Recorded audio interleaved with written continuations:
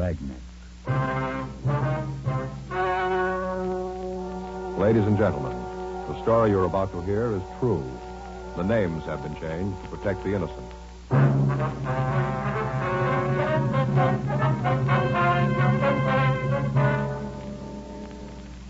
You're a detective sergeant. You're assigned to bunco detail. For the past year, a confidence man has been cheating women in your city. You'll finally get a lead on him. Your job? Get him. It was Wednesday, February 12th. It was cold in Los Angeles. We were working the day watch out of bunco detail. My partner's Frank Smith. The boss is Captain Steve. My name's Friday. We were at the Armstrong Thomas department store cafeteria, and it was 3:14 p.m. when I got back to the table. Here, Joe. Let me give you a hand. Oh, thanks. Here you are, Miss Terrace. Thank you. I wonder if you'd tell us what this is all about now, ma'am. Surely. Sorry you had to wait, but I thought it might be better if we talked up here. Yes, ma'am. Would you pass the sugar, please? Oh, yes, ma'am. Here you are. Well, it's not a pretty thing. I don't know how I could have been so foolish. But I guess when you get to be my age and you haven't got anything, almost any attention makes you forget. Yes, ma'am. How'd you first meet this man, Benton? I saw him first at a musicale. I met him very briefly that night. He called me the next day, said that he wanted to see me again. Well, I told him that I didn't think it'd be proper, but he insisted, so that night we had dinner together. He seemed so nice, I still can't believe it. Yes, ma'am. Such a wonderful time. I didn't think anybody could be so happy. We ate at a wonderful little place down at the beach. Then we went for a long drive and listened to the music on the radio. Just beautiful. The way the ocean looked, all moonlight and all. Mm-hmm. When'd you see him again, ma'am? Not until he left. He'd call a couple of times a day.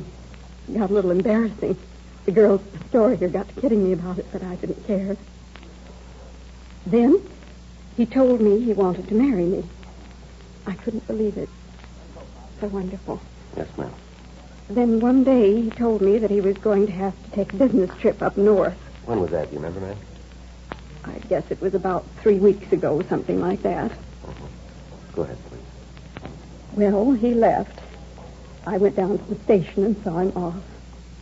He kissed me and said that when he got back, we'd be married.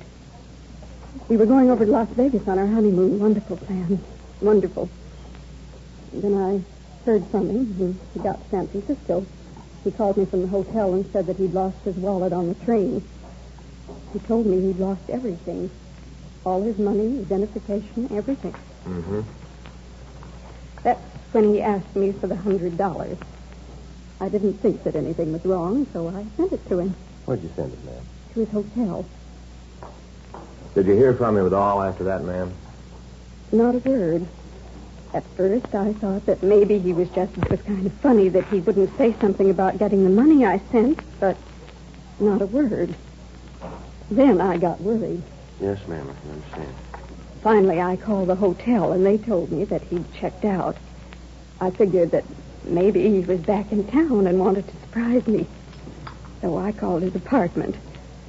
The landlady told me that he had left a couple of weeks before, that he didn't leave any forwarding address.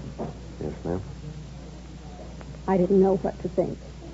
I didn't want to believe that he'd just used me, but there didn't seem to be anything else to think. Yes, ma'am. Then, of course, it was only $100. Seems that if he'd wanted to rob me, he could have asked for more. I still don't believe it, even when I know it's true. Yes, ma'am. Now, I wonder if you could give us a description of the man. Yes, I can do that. Let's see. He was tall, About how tall, ma'am? over 6 feet, maybe 6 feet 2. He had blonde hair, kind of wavy. About how much would you say he weighed, Miss Terrace? I'd just be guessing, but I'd say about 190 or so. I see. I wonder if you'd be kind enough to come down to the city hall and look at some pictures for us. You think you might have one of them? It's possible, ma'am. Maybe it'd make you feel a little better to know that you're not the only woman that this Benton has taken. There have been quite a few. I guess I knew that. Even if I didn't want to believe it, I guess I knew it was just a confidence game. Such a cruel thing, though, to use a person's loneliness to rob them. Yes, ma'am, it is. When you get along in years and you haven't got anything to hold on to, little attention and affection makes you forget everything else. Nothing else seems to matter. Yes, ma'am. I guess that's the way they figure it.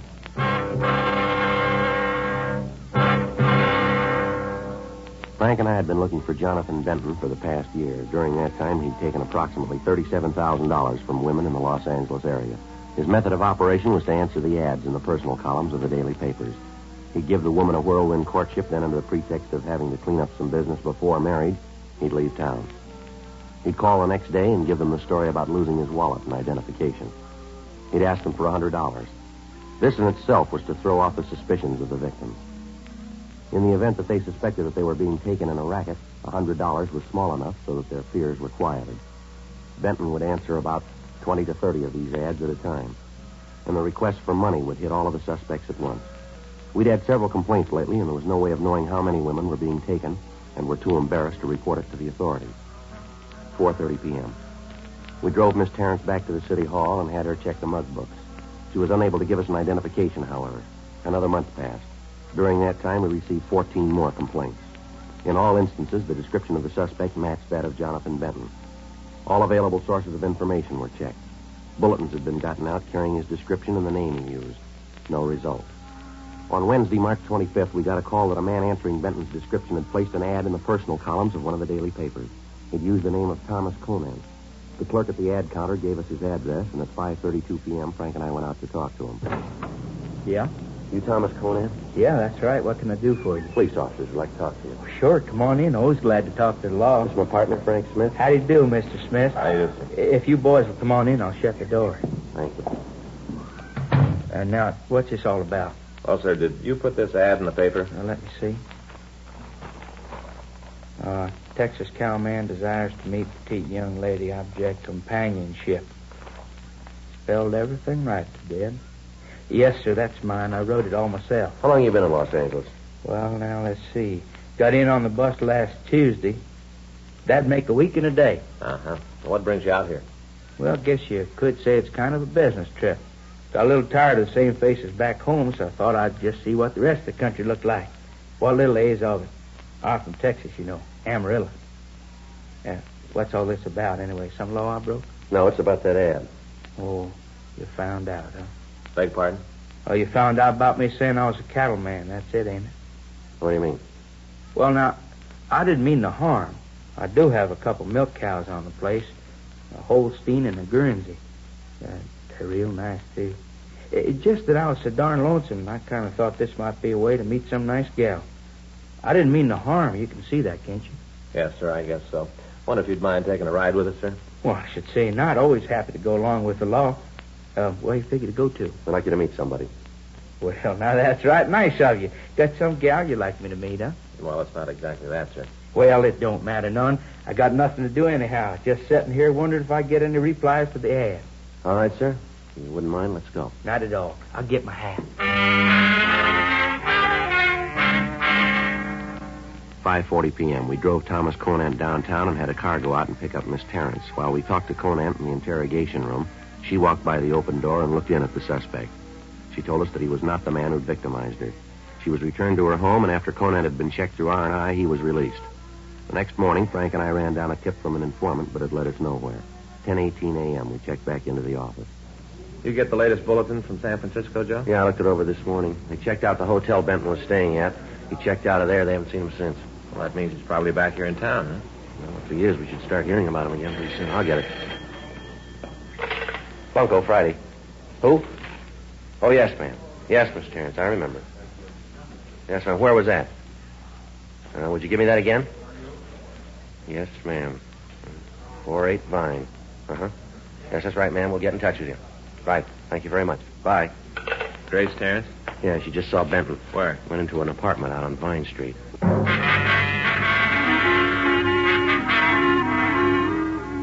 10:41 a.m. Frank and I got to the apartment house on Vine Street. We talked to the landlord, and he told us that a man answering the suspect's description was registered in apartment 4B.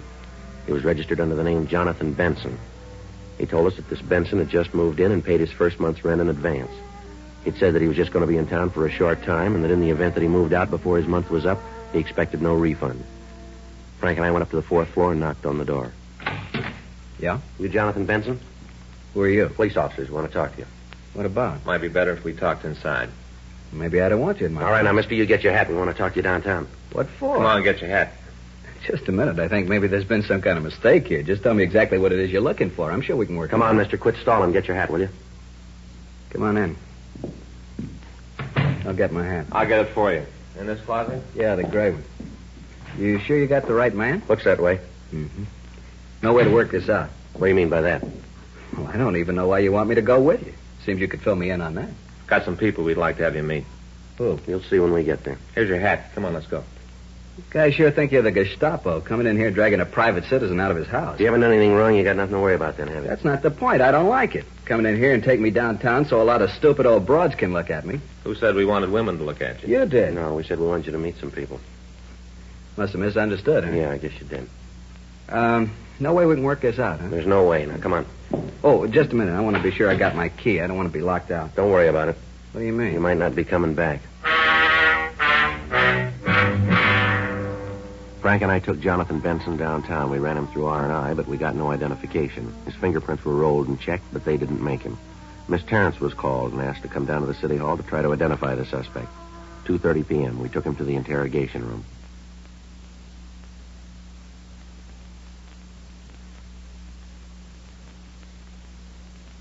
You ever use the name Benton? No. You sure? Yeah. You ever use any other alias? Why should I? You tell us.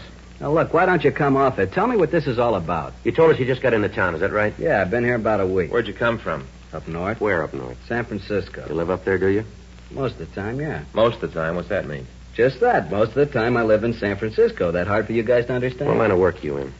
I'm a salesman. Yeah, what do you sell? Whatever people want to buy. What are you selling now? Nothing right now. That's why I'm here. I'm looking for a deal. You know a woman named Terrence, Grace Terrence? I don't think so. Might. Why? We'd like to know. Hey, maybe I'm wrong about all of this, but it seems to me that when they taught me civics in school, they said that I had to be booked, that you had to let me go. They changed that law? No, that law's still good. Then let's stop horsing around. I got a lot of things I want to do. Fill me in on this and then let me out of here. All right. There's been a confidence man working in the L.A. area, been taking money from women. Gives them a big pitch about wanting to marry him, and then he hits them up for $100 and leaves them. Sounds like a good racket. He's taking a lot of money from people who haven't got it to spare. Offhand, I'd say that's their tough luck. Offhand, we'd say you're wrong. Way you look at it. Where do I fit into this little fantasy? You look good for the guy who's been pulling the deal. With flipping. Description matches. So I look like another guy. Everything else about you checks out. So you figure you made me for the jobs, huh? That's what we figure. Which way's the gas chamber? Oh, come off it, fellas. You guys know you're trying to hang a bad rap on me. You know it, and so do I. Now, let's call the whole thing off. I can get out of here, and you can get to the pinochle. I'll get it. Hello, Mr. Smith. They told me I could find you here. Oh, yes, Miss Terrence. Won't you come in, please?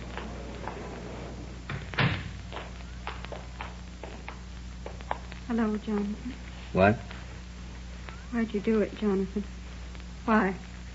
If you wanted the money, you could have asked for it. I'd have given it to you. You didn't have to lie about what you thought. Place is full of them loonies. Is this the man, Miss Terrence? Yes, Sergeant, that's him. All right, how about it, Benson? I don't know what she's talking about. What's this bit with that's him? Loonies jumping with All it. right, now, Benson, I've had enough of that. Now, come off it. You've just been identified. We got a lot more of them that we can have here. I think they'll identify you, too. Why, John? Why?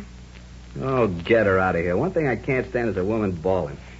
Something comes along, I can't figure out right away they got to bawl. Anything comes along, they got to cry. I'm sick of it.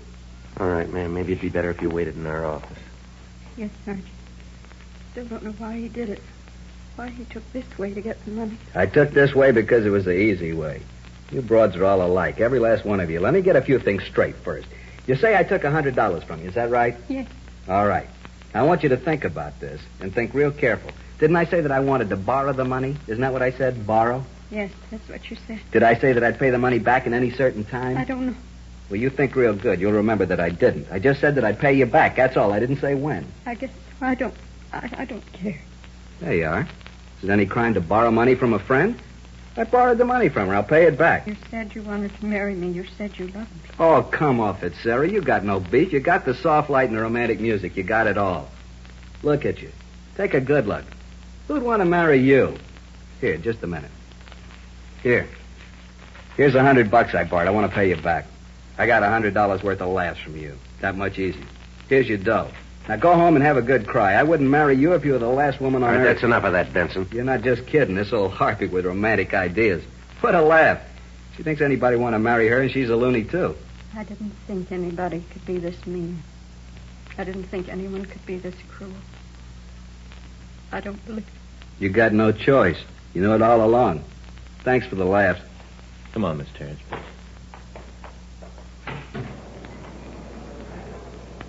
Imagine that old bag really thinking I'd marry her. Yeah. Real laugh. Well, anyway, she got her dough back. I said I'd pay her back. I did. You check with the rest of them. They'll tell you the same thing. I borrowed the money, that's all. I can't help it if they thought something else. I can't help it, Calvin. Come on, let's get this over with. I want to get out of here. Yeah. You look upset, Cop. Don't be. It won't prove anything. That's the way it I is. got something for you, Benson. Is that right? Yeah, someplace, sometime, you're going to make a mistake. Is that right? Yeah, and when you do, we're going to lean on you, and we're going to lean hard.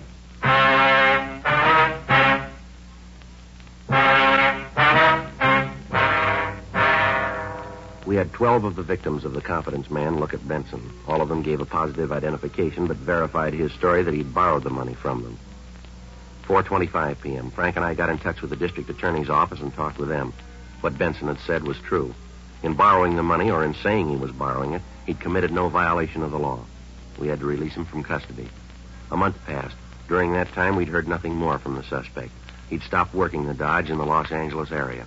We contacted the San Francisco authorities and informed them of what had happened. They said that they'd be on the lookout for Benson. During the next 2 weeks, Frank and I worked on a ring of bunco artists that were working the obituary columns. On June 16th, we got a call from Burglary Division that they'd gotten a report of a theft, and talking to the victim, they'd gotten the name Jack Bentley. They checked the files on him and found that it could be Jonathan Benson. The victim, a Miss Betty Lindsay, came to our office to talk to us. I don't know why they thought that I should see you. It's just a plain theft. The officers in Burglary said that they thought we might be interested in the thief, Miss Lindsay. I wonder if you'd tell us about him. Lousy crumb. This guy's a real schnook. Schnook of the first water. Yes, ma'am. What's his name, please? Called himself Bentley, Jack Bentley. What a bum. What do he look like, Miss Lindsay? Tall and blonde. Kind of nice-looking guy if you went for the type. No good bum. Wonder if you'd take a look at some of the pictures we've got here and see if he's in these. Sure. I'd like to see you get him. Where are the pictures? Frank, would you get him, please? Yeah. Where'd you meet this Bentley? Do you remember? Well, I'm sort of the hostess at a place downtown over on 5th. Anyway, about 2 or 3 weeks ago, this schnook comes in, orders a couple of drinks, and leaves. Next night, he's back again. Oh, he was a cagey one. Didn't work too fast. Took about a week to make the pitch, then he asked me out to dinner. Well, he always seemed kind of nice, so I told him I'd go. Mm-hmm. Here are the pictures, ma'am. If you just take a look through them and see if there's one of Bentley in there. Sure. Let's see. No. No. Hey, this one's kind of cute. What's he wanted for? Oh, he works a casualty racket. What's that? Gets the names of people that have died, tells their families if they ordered some stuff. What kind of stuff? Oh, pen and pencil sets, watches, cheap things. Charges a lot of money for them. Most of the people figure that it's one of the last things their loved ones wanted, so they pay the prices. The stuff's worthless. Lousy racket. But a nice-looking guy, too. So honest. Well, that's why it works. Yeah, I suppose so. Well, let me see. No, this is not him. Hey, wait a minute. Yeah. That's him. Ooh, what a nudnik. Ma'am? A nudnik, a real bum. But that's him, I'm sure of it. Benson. Yeah. You mean you know this guy? Yes, ma'am. Wonder if you tell us exactly what happened. Sure, like I was telling you. This guy, Benson? Yes, ma'am. That's right. Jonathan Benson. Yeah, well, anyway, he asked me out to dinner. I told him I'd go. He looked like he was pretty well fixed. I figured it wouldn't do no harm. Well, see, I don't get out till 12:30, and there ain't many nice places open after that. But I said yeah, so he told me he'd pick me up. He got to the club about 10 o'clock. Said that he'd gotten through with whatever it was he was doing, that he came by to see if he could use my apartment to freshen up a bit. Freshen up a bit. Boy, what a way to heist the place. Oh, what a bum. Go ahead, ma'am. Well, I gave him the key to the place. He said that he'd stop at a drugstore and pick up a razor and shave and wash his face, and he'd be back to pick me up. The last I ever saw of him. Uh-huh. Walked off with a fur coat I had. Saved for 3 years for that coat. Cost me $900. And he took a ring worth about $150. Diamonds. Belonged to my mother. Sure hope you get him. Nail him good. Yes, ma'am. Ooh, what a nudnik.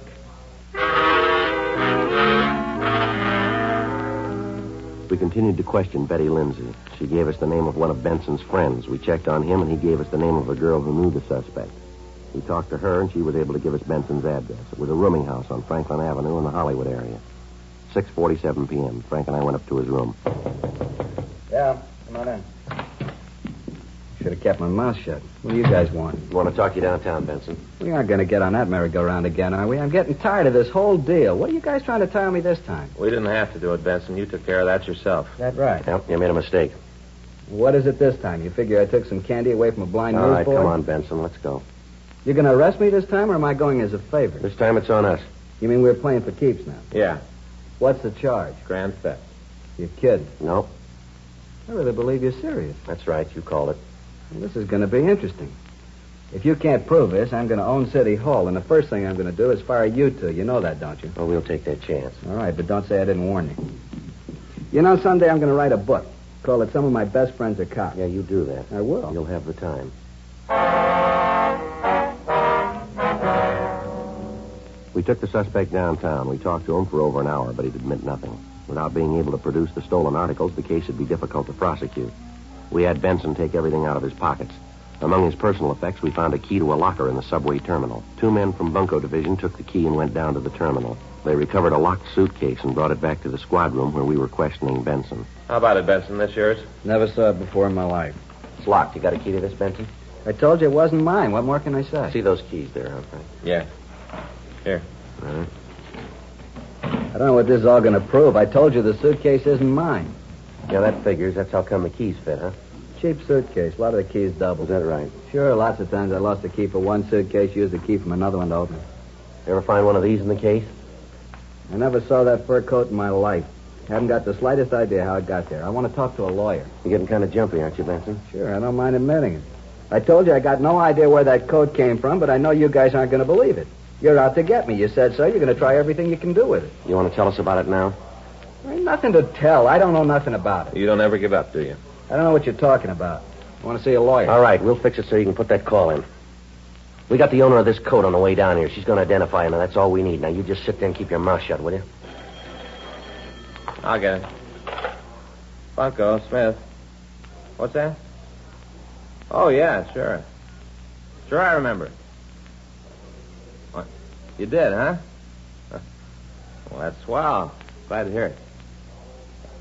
Well, I wouldn't know. I'm not much of an authority, I guess. Her name's what? Yeah, it's a nice name. Well, I'll be glad to tell him. I'm sure he'll be pleased. Thanks very much for calling. When are you leaving? I see. Okay, thanks a lot. Bye. Anything? Yeah, it's that kid from Texas, you know, that Thomas Conant? Oh, yeah. You mean the cattleman? Yeah, got an answer to his ad. Is that right? Yeah, somebody called him up and said he made a real good deal for himself, and he's shipping her back to Texas. Well, you mean he found a girl? No, bought himself another Holstein.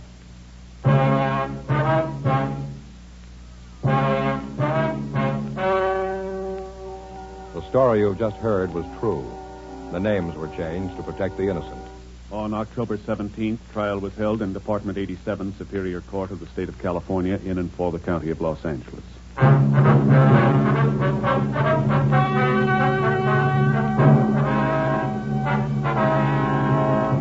Jonathan Arthur Benson, alias Jack Bentley, was tried and convicted of grand theft. He received sentence as prescribed by law. Grand theft is punishable by imprisonment in the state penitentiary for not less than 1 nor more than 10 years. You have just heard Dragnet, the authentic story of your police force in action, and starring Jack Webb, a presentation of the United States Armed Forces Radio Service.